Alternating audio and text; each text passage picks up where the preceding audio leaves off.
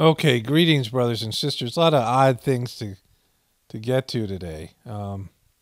Captain America: New World Order is coming to 2024 San Diego Comic-Con, and so it appears that the film is going to be called New World Order. Now, Captain America died in the last Avengers movie, and spoiler alert.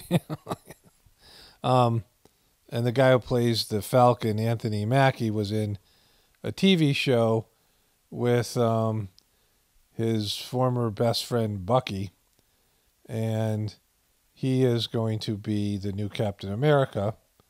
And so I guess that's what they mean by New World Order. I saw the TV show. It was all right. You know, there's just all this agenda they're pushing, right? All this woke agenda. And, you know, it's going to be called Captain America: New World Order, coming May 3rd, 2024. What is it? That's 2 years from now.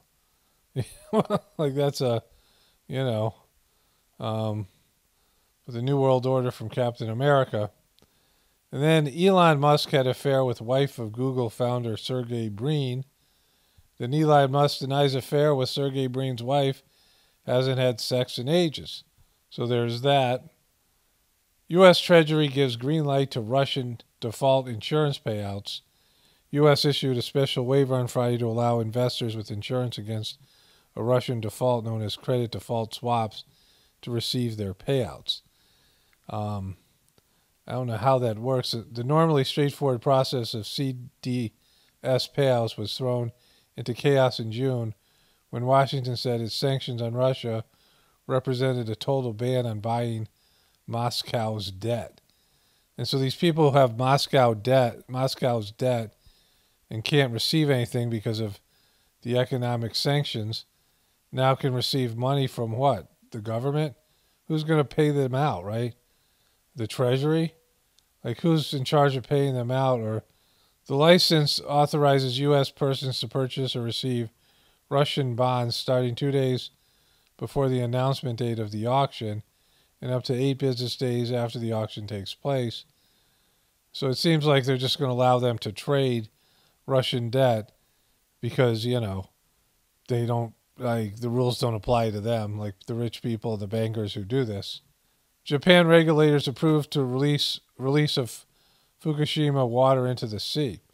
I thought they were already doing that. One of them was just gushing into the sea. And so now it's time to make sure if you're getting fish out of the Pacific Ocean, you have a Geiger counter because there's lots of radioactivity going on in those radioactive pools. So my wife sent me this last night, and it seems like Jojo Magoo is rubbing off on Kamala. To put it in law, there may be litigation, but we will be in a much better position than to not do that. And, listen, women are getting pregnant every day in America. They're getting pregnant every day in America. Women every day are getting pregnant. Every day there's a pregnant woman somewhere. Women are getting pregnant every day in America. And this is a real issue, and we need to act with a sense of haste about... It's a real issue. They're getting pregnant every day. We got to figure this out. What's happening? What's happening here? What is at play, what is at stake, and codifying Roe will be an important moment in terms of putting back in place protections. Protections from women getting pregnant. For the folks who are at risk right now because... The women getting pregnant are the folks that are at risk. Because of what the court did in Dobbs just weeks ago. So she's just, we've seen this before where she's just not able to make her points clearly. Her points don't make any sense. But anyways, the Democrats are bumming. Kate McKinnon reveals why she left Saturday Night Live after a decade. Now, I kind of felt like I had been liberated from Kate McKinnon land. Only a lack of other celebrity news is making me venture back in here. She's on with Kelly and Ryan Seacrest. I mean, I thought about it for a very long time, and it was very, very hard because it was that, I mean, I all I ever wanted to do in my whole life was be on Saturday Night Live. And so I did. I loved it. I had the best decade. And then I was just like, my body was tired, and I felt like You were tired for working 10 years? it was time. You know, like half the year? Like how many shows they put out per year? Okay, so here's her grueling work schedule. There were, in the last so many seasons, 2020, 20 episodes. 2018, there were 18 episodes. And 2021, there were, 2018, there were 21 episodes. So the majority of the seasons, there was 21 or 22. Like she was in the last 10 seasons. So her 10 seasons, there was an average of probably 20 or 21 per season, right? And so she only technically worked 21 days a year for 2 hours, right? The amount of work that she did. And, you know, the rest of the time, we know they smoke a lot of pot there. At least Pete Davidson and, you know, some of the other cast members do. And they sit in a writer's room and they come up with sketches and they improv, and they're not well-polished sketches, right? They have a team of writers, and it seems like it's, you know, pretty fun. And so they sit around in New York City, 30 Rock Plaza, wherever their offices are, right? And they hang out with their friends, and they make jokes, and they come up with sketches, and they sort of rehearse the sketches, and then they, you know, they work, and her total amount of on-air screen time is probably half hour at most, maybe, you know, 40 minutes at most, right? But probably a lot less in most episodes. So she only works less than an hour, you know, for 21 Saturdays. You know, yeah, it's a little bit late at night. But, you know, they have a week to put together some sketches. Their sketches suck. They don't have to be funny. They got a huge team of writers. And her, you know, but her body was, listen to this. My body was tired, and I felt like it was time, and I had to. But it's just a decade, though. I mean, it's just a singular decade. It'll be all right. I know, babe. Your dream was to always be here too. Thank you just for remember pointing that. out. Just a decade of, you know, well, I mean, you're only working one night a week. What do you do on Saturday nights now? I don't Riveting question, Ryan. What is your Saturday nights like? know what I will do. I don't know that I can watch the show yet because it's just too emo, because I miss everyone so much. I mean, it's Just too emo for her.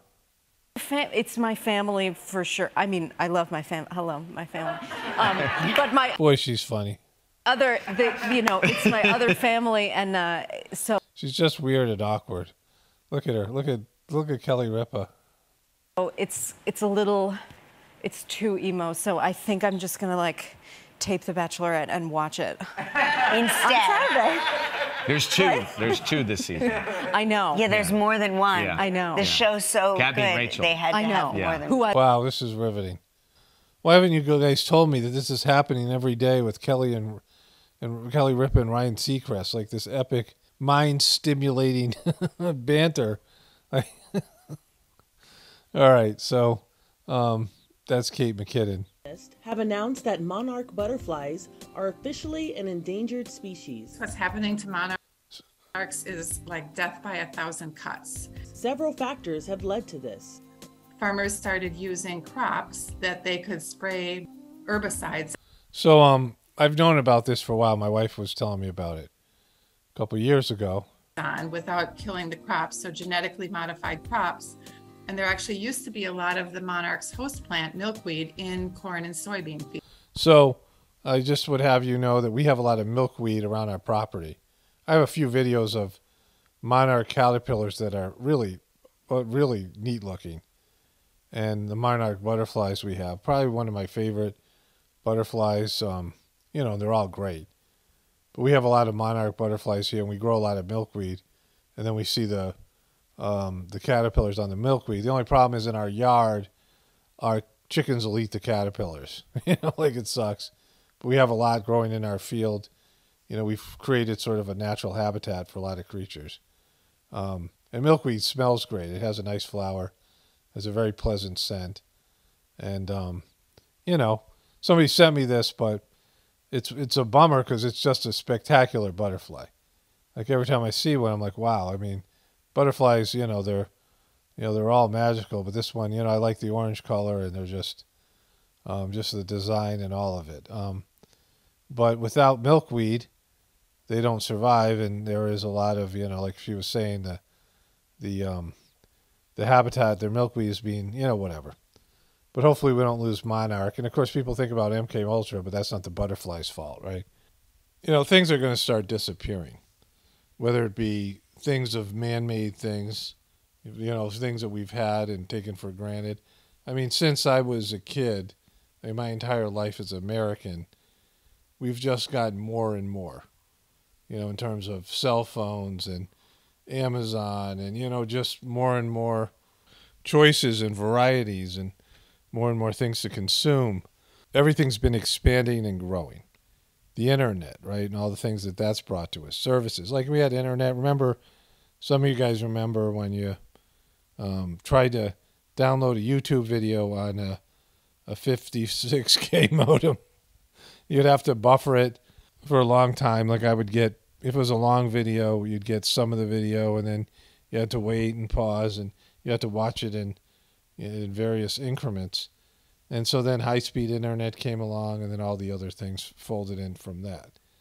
But at some point, we're going to have inconsistency in services. We won't have electricity all the time. We'll have fuel shortages and food shortages, and things won't be there at all. Like you're starting to see things missing in the grocery store. And they're getting used to that because, that's the inevitable outcome of a debt-based economic system in a worldwide economy in a country that is failing. And then there's going to be the effects of the immorality and the going against the divine nature and, the consequences that go with that. And so ultimately there'll be the decline in population, which is the big, sort of when we enter into a phase of regression, a phase of deprivation. Instead of having more and more, we'll have less and less.